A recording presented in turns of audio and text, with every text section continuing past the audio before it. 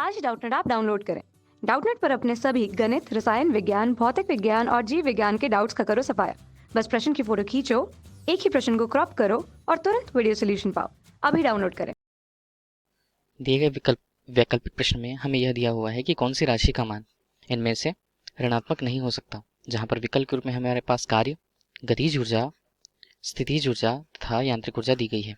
इन्हीं मानों को विचार करें तो हमें प्रत्येक के मानों के लिए उनके सूत्र की कल्पना पहले करनी होगी।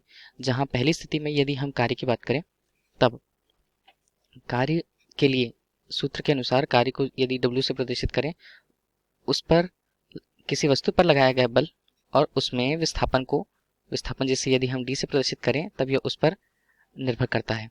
यदि विस्थापन की दिशा, क्योंकि विस्थापन का मान धनात्मक, ऋणात्मक एवं शून्य हो सकता है, कार्य की मात्रा भी उसी के अनुसार। यदि बल का मान धनात्मक रूप से है, यदि विस्थापन का मान कहीं ऋणात्मक हो गया, तब इसके मान F गुणा विपरीत स्थिति में D, अर्थात यह भी कह सकते हैं कि इसका मान ऋणात्मक प्राप्त हो सकता है। दूसरी स्थिति पर यदि हम विचार करें, दूसरी स्थिति बताती है गतिज ऊर्जा को। किसी भी वस्तु की गतिज ऊर्जा को हम 1:2 गुणा उसके द्रव्यमान और उसमें वेग के वर्ग के बराबर होती है। चूंकि हम यह जानते हैं कि द्रव्यमान का मान कभी ऋणात्मक नहीं हो सकता, इसके अनुसार यदि हम केवल कल्पना कर सकते हैं v के। यदि वेग इस स्थिति पर है तब हम उसे धनात्मक लेते हैं, मान लीजिए, और वेग अगर विपरीत स्थिति में है तब हम उस वेग को ऋणात्मक ले लेते हैं। इन दोनों स्थितियों के अंतर्गत यदि हम विचार करें तो किसी भी, चाहे वो धनात्मक हो या ऋणात्मक हो, v के यदि उसका वर्ग किया जाता है तो मान धनात्मक में ही आता है। अतः हम कभी भी कह सकते हैं कि गतिज ऊर्जा का मान धनात्मक में होगा। तीसरी स्थिति की यदि चर्चा करें तो यह है स्थितिज ऊर्जा के बारे में। स्थितिज ऊर्जा के सूत्र के अनुसार इसका मान m गुणा g गुणा h होता है। यदि हम किसी वस्तु को धनात्मक रूप से, द्रव्यमान को तो धनात्मक होता ही है हमेशा, यदि हम g के मान, यदि उसे गुरुत्व बल के विपरीत दिशा में भेजा जा रहा है, तब g का मान ऋणात्मक होगा। यदि h की स्थिति ऊपर से नीचे या नीचे से ऊपर ले करके हम h के मान को भी ऋणात्मक लेते हैं, तब इन संयुक्त रूप से इनका मान धनात्मक होगा। परंतु प्रत्येक स्थिति में अगर या ऊंचाई का मान या गुरुत्व बल का मान ऋणात्मक हो तो इनके मान ऋणात्मक हो सकते हैं।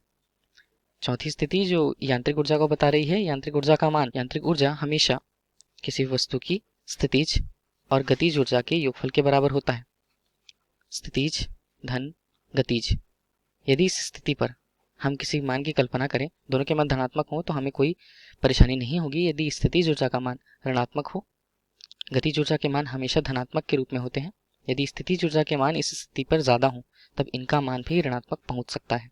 प्रश्नानुसार हमें पूछा गया है कि कौन सी स्थिति पर मान ऋणात्मक कभी नहीं होगा, तब हम यह कह सकते हैं कि गतिज ऊर्जा की स्थिति पर मान कभी भी ऋणात्मक नहीं होगा। विकल्पों में से यदि देखें तब इनका मान गतिज ऊर्जा के लिए संयुक्त रूप से सही बैठता है। अतः हमारे प्रश्न के विकल्प के रूप में बी उपयुक्त विकल्प है। धन्यवाद। कक्षा 6 से 12वीं से लेकर नीट, IIT, JEE वो एडवांस के लेवल तक 1 करोड़ से ज्यादा छात्रों का भरोसा। आज ही डाउनलोड करें डाउटनेट ऐप या व्हाट्सएप करें अपने सारे डाउट्स 8400 400 400 पर।